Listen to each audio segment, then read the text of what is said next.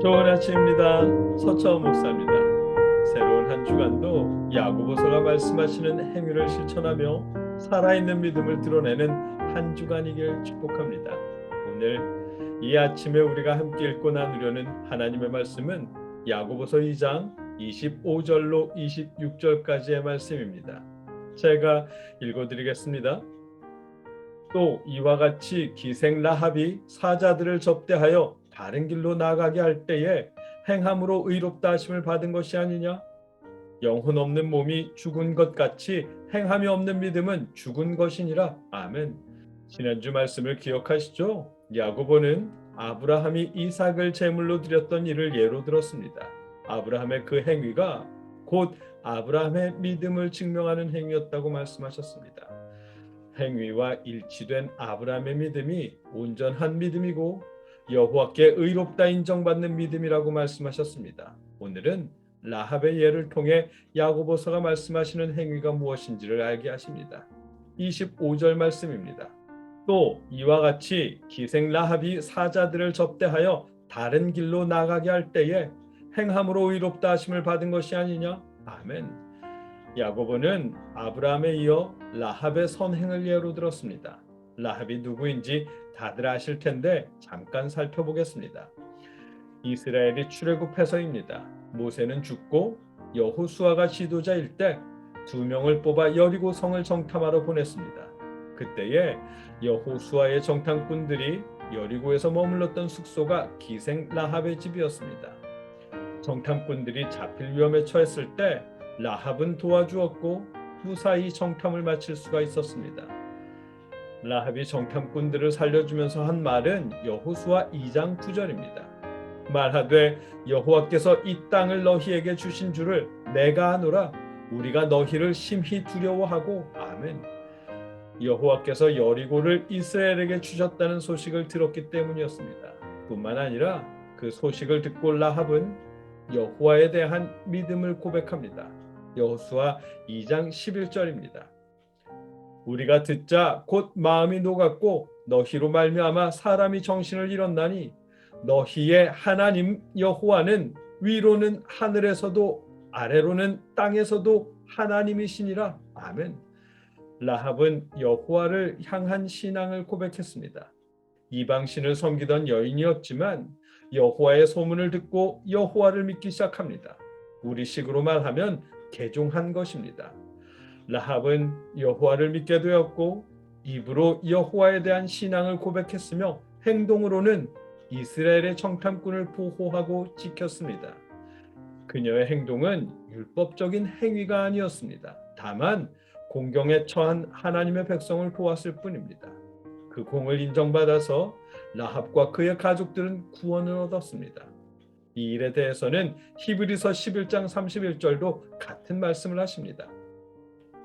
믿음으로 기생 라합은 정탐꾼을 평안히 영접하였으므로 순종하지 아니한 자와 함께 멸망하지 아니하였도다. 아멘. 라합이 믿음으로 정탐꾼을 영접했고 그것이 순종의 행위로 인정받았다는 것입니다. 순종하지 않았던 여리고 백성들이 멸망받을 때 라합은 구원을 받았다는 것입니다.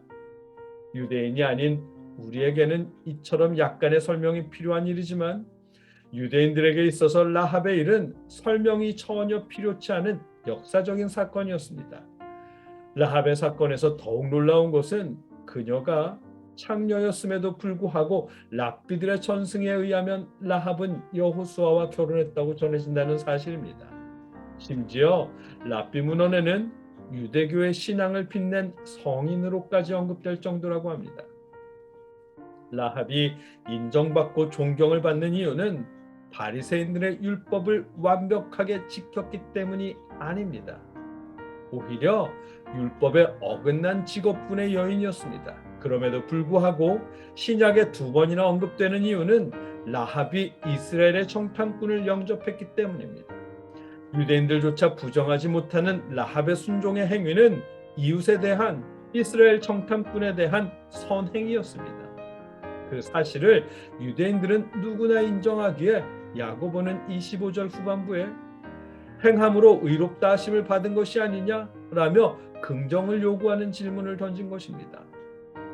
야고보는 말뿐인 믿음으로도 충분하다고 주장하는 사람들에게 라합의 예를 통해 믿음과 행위의 관계를 다시 한번 증명해 주셨습니다. 그리고 이렇게 결론을 맺어줍니다. 26절입니다. 영혼 없는 몸이 죽은 것 같이 행함이 없는 믿음은 죽은 것이니라. 아멘. 행위를 영혼에 비유하고 믿음을 육체에 비유하며 결론을 내려줍니다. 하나님께서 사람을 창조하셨을 때 흙으로 사람을 지으시고 끝이 아니었습니다. 흙으로 만든 사람에 하나님께서 생기를 넣어주셨고 그때에 비로소 생명이 되어 살아 움직일 수 있었습니다. 그렇기에 영혼이 없는 육체는 흙으로 된 몸, 곧 죽은 몸만 남을 뿐입니다. 마찬가지로 하나님을 향한 믿음에 이웃사랑의 행함이 더해질 때 살아있는 믿음, 즉 완전한 믿음이 되는 것이고 믿음에서 행함이 빠지면 그것은 그냥 죽은 것이라는 말씀입니다. 말뿐인 믿음은 죽은 것일 뿐입니다. 오늘 본문의 의미입니다. 야고보서는 믿음과 행위를 하나라고 말씀하십니다. 그렇다고 율법적인 행위를 의미하는 것은 아닙니다. 예수님의 가르침, 하나님을 사랑하고 이웃을 사랑하라는 가르침을 따르는 행위를 말씀하시는 것입니다. 하나님을 향한 믿음만을 부르짖지 말고 이웃을 향한 돌봄을 실천하라는 것입니다.